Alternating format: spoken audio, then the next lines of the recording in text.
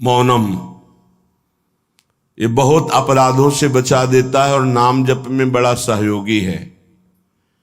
श्रीपाद कह रहे हैं कि मौन धारण कर, ताते मौन रहनो उचित है। ध्रुवदास जी महाराज, आवश्यक हो कम शब्दों में भागवतिक शब्द बोल दो, ये मौन के अंतर्गत ही आता है। अनावश्यक बिल्कुल ध्यान नहीं देना, कोई प्रणाम नमस्कार, कोई नाना प्रकार के संबोधन प्रश्न बिल्कुल नहीं बोलना, मानो आप पागल हैं, सुना ही नहीं, देखा ही नहीं। यह महापुरुषों की बात कहते हैं। पास समीप बैठे हुए प्रश्न कर रहे हैं, वो दूसरी दिशा को देख रहे हैं, गंभीर मुद्रा है, बोलते रहो।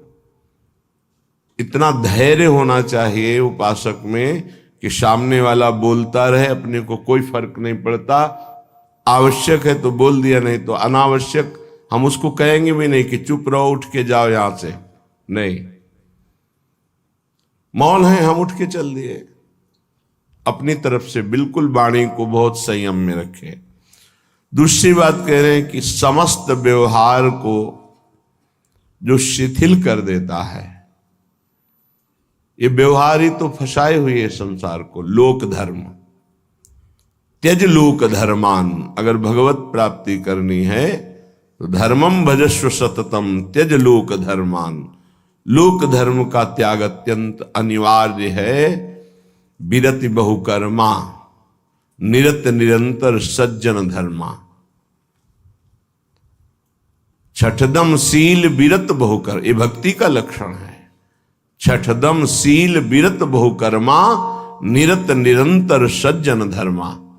उन धर्मों का आचरण करते हैं जो साधु जनों के द्वारा आज्ञा दी गई, विधान किया गया है। शास्त्र जिसे विधि कहते हैं, भगवत प्राप्ति के लिए। विरत बहुकर्मा, वो निरर्थक व्यर्थ प्रापंचिक पापात्मक कर्मों का पूर्ण रूप से त्याग, और ऐसे व्यवहारिक कर्मों का भी त्याग जिनमें उलझ करके भगवत चिंतन छूट जाता है।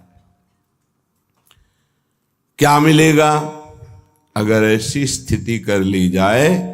मौन, निरंतर नाम जप, व्यवहार को शिथिल कर दिया गया तो बोले सदा जागृत प्रायः क्षण मुदित तंद्रोति मधुरम। जो प्रायः प्रार्थना करते रहते हैं कि कभी 2-4 मिनट के लिए ऐसी स्थिति आई कि जागृत में शरीर शुद्धि भूल गई। एकमात्र आराध्य देव, निकष कुंज ठाढ़े भय भुजा परस्परंश, श्री राधा वल्लभ मुख कमल निरख नयन हरिवंश। नेत्र मुद्रित हैं, अवस्था जागृत है, और भाव देह में ऐसी गाढ़ अवस्था है कि स्थूल का चिंतन ही खत्म हो चुका। ये अवस्था है वृंदावन प्रेम की।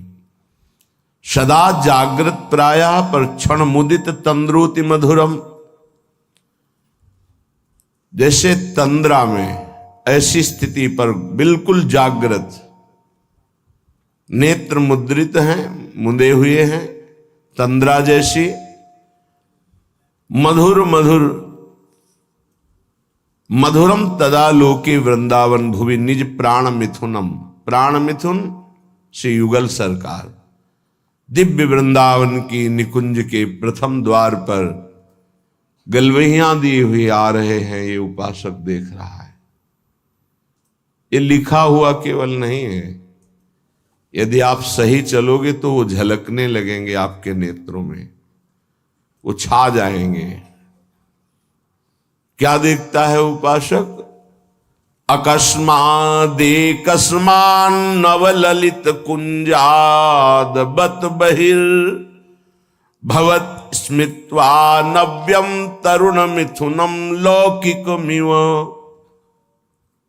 लौकिकमिव, जैसे हम आपको देख रहे हैं ऐसे ऐसे प्रिया प्रीतम के दर्शन होते हैं। ऐसे नहीं वो केवल भाव में ही देख रहा है।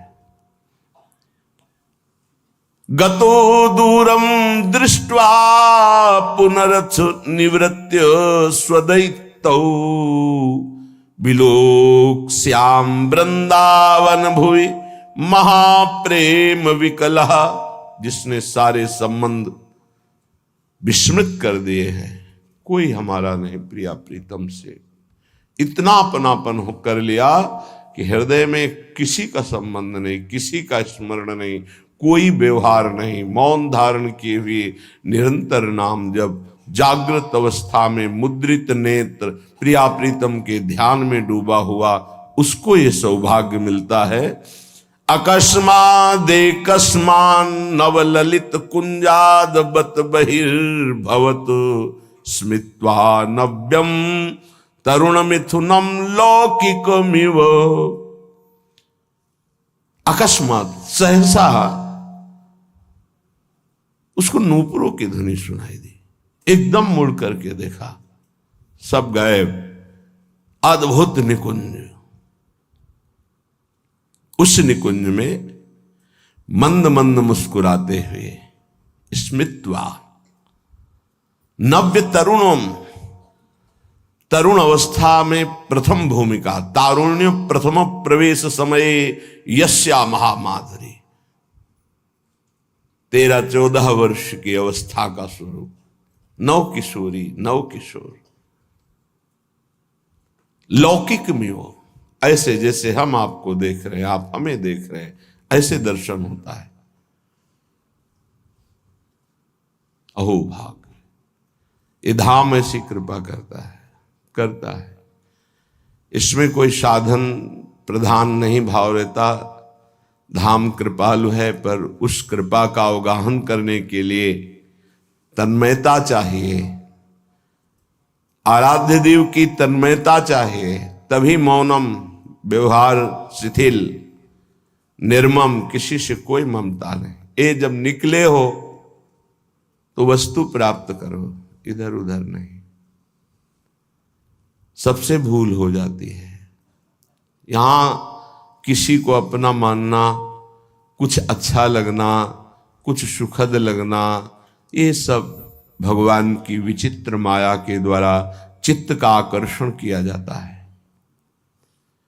भक्तों के जीवन में इसीलिए ऐसी घटना घटती है कि कीन हो इसका बहु अभिमाना, शोक हो वंच कृपा निधाना। कृपा निधान भगवान देखते कि मेरे भक्त में जितेंद्रियता का अभिमान है, ब्रह्मचर्य का अभिमान है, पवित्रता का अभिमान है, तो फिर वो ऑपरेशन कर देते हैं। फिर वो अभिमान नहीं जागृत होता। ऑपरेशन बड़ा विचित्र होता है। भगवान कहो उपहास करवा के, अपमान करवा के, या विवेक के द्वारा, या उनके प्रियजनों के द्वारा निरादर करवा के, कई तरह के वृत्तियों से भगवान ऑपरेशन कराते हैं अपने जन का। हृदय जब निर्मम होता है, ममता रहित, अहंकार रहित, व्यवहार रहित, एकमात्र प्रियालाल में अपनापन, तब ये स्थिति का रसास्वादन होता है। आवत सी वृषभानु दुलारी, जिनको देख करके प्रेम में प्रभु विकल हो जाते हैं, उन प्रियाजू का जब उपासक को साक्षात्कार होता है तो केवल आचार्य कृपा ही हृदय को संभालती है, अन्यथा सामर्थ्य नहीं है। ऐसा रूप श्री लालजू महाराज का है कि बड़े बड़े मुनि जो निर्विकार ब्रह्मबोध संपन्न हैं, उनके मनों को क्षण में मोहित कर ले। मोहन मुनि सघन प्रगट परमानंद, गुण गंभीर गोपाला।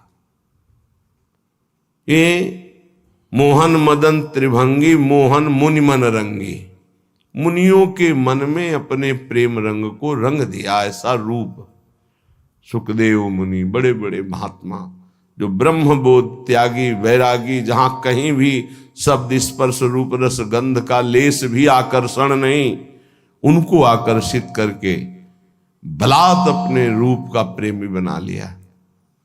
ऐसे रूप सौंदर्य समुद्र प्रभु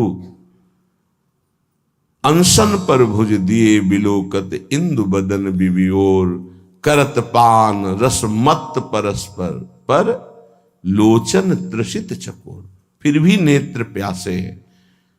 ऐसे युगल सरकार को जब उपासक देखता है तो उसकी क्या दशा होती होगी। मछली की तरह आनंद में तड़पता है वृंदावन की भूमि में लौटता हुआ। जैसे मछली विकल होती जल के लिए, ऐसे आनंद विकलता में तड़पता है। श्रीपाद कह रहे, मंद मंद मुस्कुराते हुए नूपुर धुनी हुई देखा नवनिवृत्त निकुंज, और नवनिवृत्त निकुंज की वीथी से गलवहियां दिए हुए मुस्कुराते हुए आ रहे हैं। लौकिक में वो देख रहा है, कोई ध्यान में नहीं, खुली आंख में। और गतो दूरम दृष्टवा, समीप से ही ऐसे दूर जा रहे हैं। फिर कृपा करी पुनरथ निवृत्त स्वदैतौ, वो पुनः गलवहियां दिए हुए दूसरी वीथी से फिर सामने आ रहे हैं। अपने प्रीतम युगल किशोर का ऐसा कृपा प्रसाद दर्शन पाकर विकल हो गया और भूमि पर विलोक्या श्याम वृंदावन भूमि महाप्रेम विकला, गिर गया भूमि पर, प्रेम विकल हो गया। समीप युगल सरकार आए और दुलार करके उठा रहे। श्रीपाद कह रहे, ऐसा मेरे जीवन में कब होगा। पुनरथ, पुनः मुझे ऐसा कब अवलोकन होगा। जैसे श्रीमद राधा सुधा निधि में बार बार मांगा गया कि मुझे ये सेवा मिले, मुझे ये दर्शन मिले, मैं ऐसा देख पाऊं पुनः। ऐसे श्रीपाद यहां कह रहे हैं कि ऐसा दर्शन कब मैं प्राप्त कर पाऊंगा पुनः। जो हमारे साथ घटना घटी कि अकस्मात नूपुर ध्वनि हुई, उधर देखा नवनिवृत्त निकुंज, और सुंदर वीथी से युगल सरकार मुस्कुराते हुए परस्पर वार्ता करते हुए आ रहे, और समीप से दूर गए, फिर दूसरी वीथी से आ रहे। उनको ऐसे देखकर प्रेम विकल होकर के वृंदावन की भूमि में मूर्छित हो गया। आनंद मूर्छा, विलोक श्याम वृंदावन भूमि महाप्रेम विकला। फिर सरकार किशोरी किशोर आकर दुलार करते हुए उठा। ऐसा कब होगा। कितना अपार सुख उस उपासक को मिल रहा होगा जो ऐसा अनुभव कर रहा है, ऐसा देख रहा है। श्रीपाद कह रहे, कदा वा स्वच्छंदम दिन रजनी वृंदावन वने, चरण ने कहा स्वस्ति अद्भुत नव निकुंज अयालिशु विशन। अकस्मात् देवा लौकिक मधुर कैशोर शुभया, इतो ना त्वं याया इति मृदु गिरा वारयति माम। श्री वृंदावन में रात दिन व्यतीत करते हुए प्रियालाल को पुकार पुकार कर, प्रेमियों की कुछ अलग रहनी होती। विरह कमंडल कर लिए बैरागी दूने, मांगत दर्श मधु करी छके रहत दिन रैन। रात दिन एक ही मांग रहती है, कब मिलोगे। तो क्या मिले नहीं? नहीं, रात दिन मिलने पर भी मिलने की चाह बनी हुई। बोले ये कौन सी पहेली है। तन मन के बिछुरे नहीं, मन में भी वही और तन भी उनके समीप, पर चाह बढ़े दिन रैन। रात दिन पुनः मिलने की चाह, हर समय मिले हुए रहने पर भी मिलने की चाह। कबहू संजोग न मानही, देखें भरी भरी नैन। कभी ऐसा लगा ही नहीं क्यों मिले हैं। प्यारी जू जब जब देखो तेरो मुख, तब तब नयो नयो लागत। ऐसो भ्रम होत देखो न कबहू री। मानो कभी देखा ही नहीं, कभी मिले ही नहीं। अरबरात मिलवे को निश दिन, पर मिले ही रहते निश दिन। मनो कबहू मिले ना, ये प्रेम है। रात दिन वृंदावन में तड़प रहा है प्रिया प्रीतम के लिए। बलिहारी उसके जीवन को, ये तड़पन उसी को आती है जो रसिकों की आज्ञा के अनुसार समस्त संबंधों को शिथिल कर देता है। कहीं किसी से कोई भी अपनापन ना रहे, केवल प्रिया जो ये जन्म इसीलिए मिला है, मान जाओ, कोई तुम्हारा नहीं। पीछे जन्म में कौन कौन तुम्हारा था, पति पुत्र पत्नी परिवार सब भूल गए ना। अभी इसी जन्म को देखो, गर्भ में तुम्हें कितना कष्ट मिला था।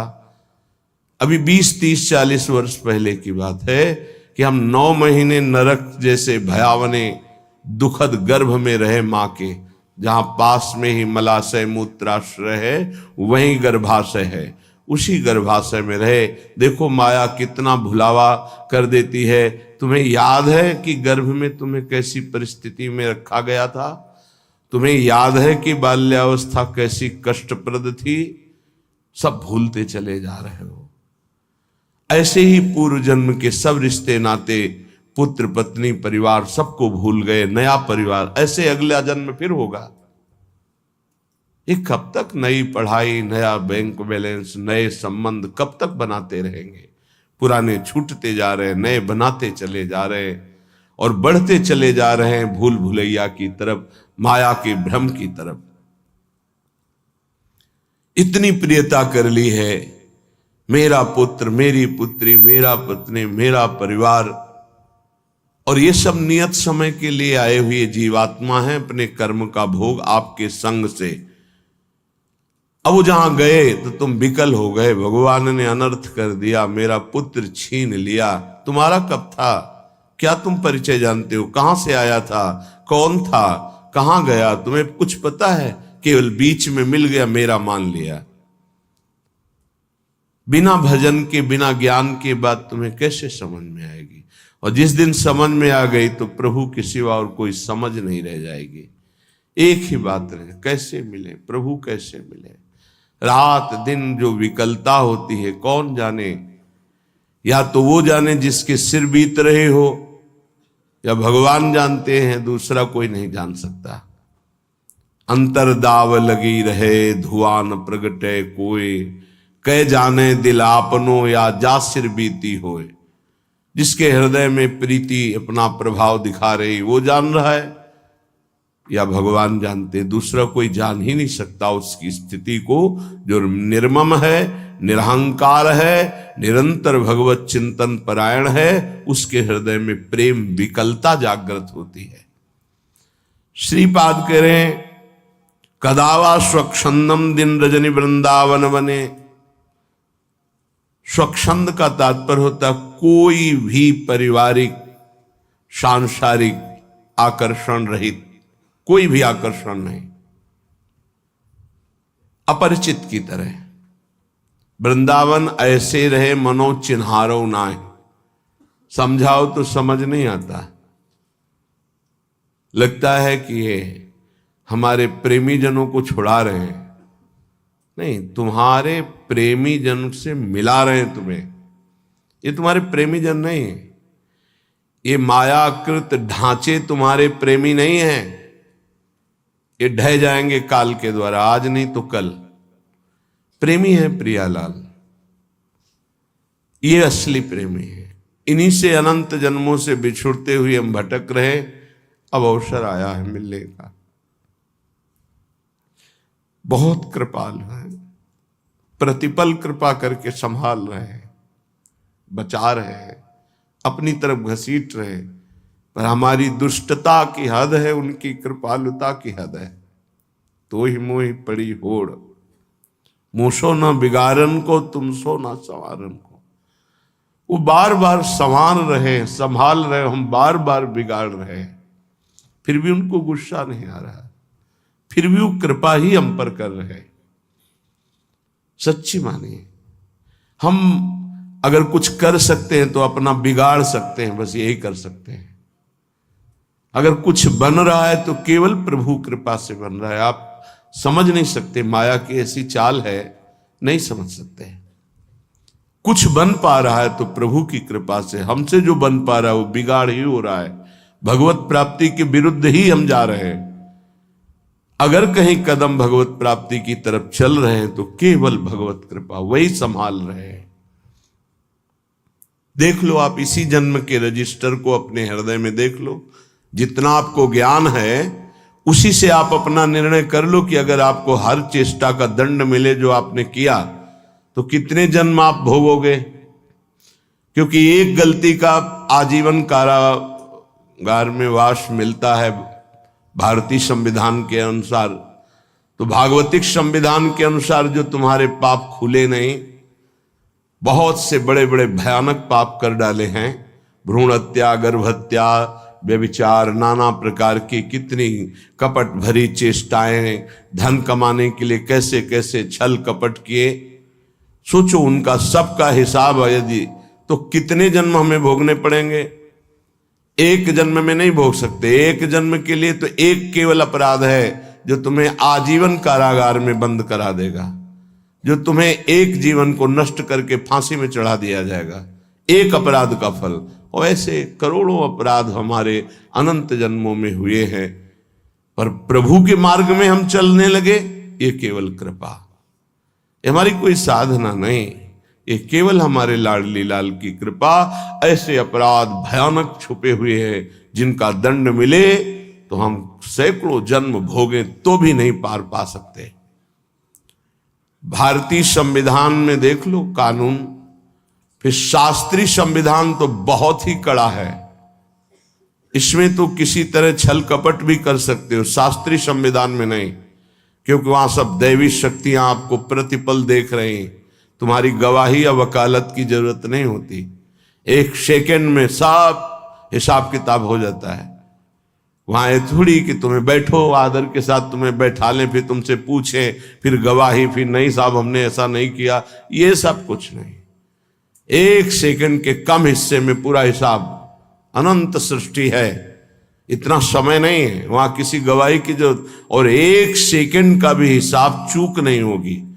सत्क्रिया और असत क्रिया अगर एक सेकंड में हुई तो उसका भी हिसाब होगा। इसीलिए जो विवेकी जन बहुत सावधान रहते हैं, थोड़ा जीवन है, इस जीवन को पवित्र बिता करके धरोहर की भांति, जैसे कोई तुम्हें सुंदर वस्त्र दे और तुम उसे रखे रहें कि ये उसका है, पवित्र वस्त्र, ज्यों का त्यों वापस कर दिया, उसको गंदा नहीं किया, वो होता है महात्मा। चदरिया जैसी की तैसी धर दीनी, चदरिया झीनी रे झीनी। ये शरीर रूपी चद्दर भगवान ने दी, निर्मल रखो, इसको मलिन मत करो। मलिन हो गया तो गुरु कृपा उसको पवित्र कर देगी। आश्रित रहो, आज्ञा का पालन करो, भगवत प्राप्ति के लिए कमर कस लो, ये जीवन केवल भगवान के लिए। श्रीपाद कह रहे हैं, दिन रजनी वृंदावन बने, रात दिन नाम जप करते हुए, अगर आप बाहर भी हो तो रात दिन नाम जप करो।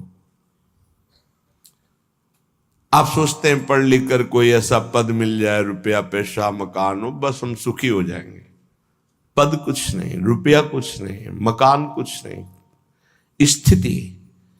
बड़े भाग्यशाली जन हैं जो अध्यात्म स्थिति की तरफ चलते हैं, रात दिन नाम जप कर रहे हैं, धर्म पूर्वक व्यवहार कर रहे हैं।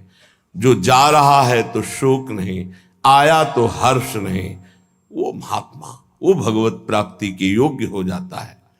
गए की सोच नहीं, चाहे वो मृत्यु से गया हो, चाहे वो घर से गया हो, चाहे वस्तु हो, व्यक्ति हो, स्थान हो, गए की सोच नहीं, आए की हर्ष नहीं, वो भगवत प्राप्ति का उपासक रात दिन भजन करते हुए भगवान को प्राप्त होता है। चरण ने कहा स्वस्त्यद्भुत नव निकुंजालिषु विशन, वो सदैव एकांत में चिंतन करता रहता है। एकाकी, एकांत का शब्द आते ही कोई कमरा, कोई गुफा ऐसा सोचने लगते हैं, उसे एकांत नहीं कहते, ये तो बाय है। एक एकांत स्थान को लेकर के बात, एकाकी विचरण करने का मतलब अंदर केवल परमात्म चिंतन, केवल भगवत चिंतन, वो एकांत ही है। चाहे वो ऑफिस में बैठा हो, फावड़ा चला रहा हो, किसान हो, चाहे व्यापारी हो, एकमात्र भगवान का आश्रय, उनका चिंतन, वो एकाकी ही माना जाता है, एकांत ही माना जाता है। एकांत बैठे हुए प्रपंच का चिंतन कर रहा है वो प्रपंची ही माना जाता है। जो सदैव एकांत चिंतन करते हुए, तो उसके जीवन में मंगल सौभाग्य उदय होता है। अकस्मा देवालौकिक मधुर किशोर सुवया, अलौकिक नवनिभृत निकुंज, और सामने प्रिया प्रीतम, और एक सखी कहती है इतो ना तुम याया, इधर मत आना, वहीं खड़े रहना। उस सखी की मधुर वाक्य और सामने प्रिया प्रीतम, ये मेरे जीवन में पुनः कब होगा। सखी रो, तुम इधर मत आना, प्रिया प्रीतम पधार रहे, वहीं खड़े खड़े रूप का दर्शन करो। इतो ना तुम याया, इधर मत आना। तो सखी के अमृत में शब्द और सामने प्रिया प्रीतम, आहा, ऐसा मैं कब देखूंगा। उपासक जब ईमानदारी से भजन करता है तो पहले भगवत प्रेमी महापुरुषों का आकर्षण होता है, तब ये स्वरूप होता है। पहले दिव्य महापुरुष आते हैं जो प्रिया प्रीतम के निज जन हैं। बड़े बड़े महापुरुष हर संप्रदाय के, प्रिया प्रीतम के साक्षात्कार के पहले आचार्य का साक्षात्कार होता है, महापुरुषों का साक्षात्कार होता है। बड़े बड़े महापुरुषों का पहले आगमन होता है, तब निकुंजाधिपति श्री